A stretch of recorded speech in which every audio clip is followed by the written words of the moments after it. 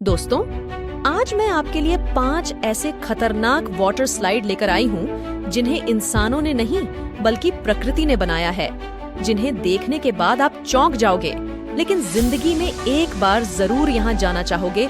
You और not की false Japan में मौजूद है।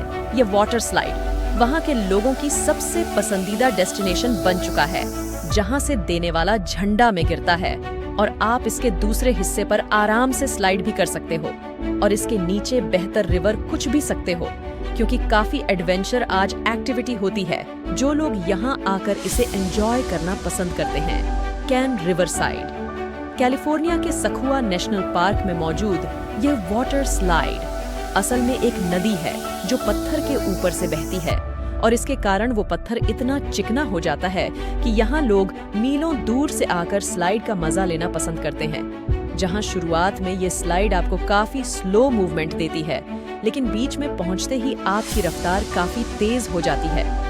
मिया दोरन प्रकृति के द्वारा बनाई गई ये वाटर स्लाइड आपको आपके अंदर मौजूद कॉन्फिडेंस को परखने की ताकत देता है। पेंशन वैन इम में मौजूद है।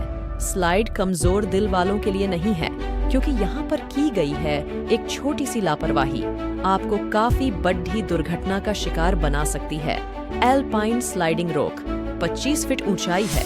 ये वाटर स्लाइड उठा के जंगलों में मौजूद है, जहाँ जाने के लिए आपको पहले पहाड़ों की ऊंचाई पर चढ़ना होगा। फिर अगर आपको ऊंचाई से डर नहीं लगता तो आप इस स्लाइड का मजा ले सकते हो, लेकिन अगर आप यहाँ जाने के बारे में सोच रहे हो तो मैं आपको बता दूं, ये वाटर स्लाइड असल में किसी की प्राइवेट प्रॉपर्टी है, तो अगर आप उस जमीन के मालिक को जानते हो तभी उस तक पहुंच पाओगे। स्लाइड रोक एरिजोना के लोग इस स्लाइड का इस्तेमाल वहां पड़ने वाली गर्मी से बचने के लिए काटते हैं।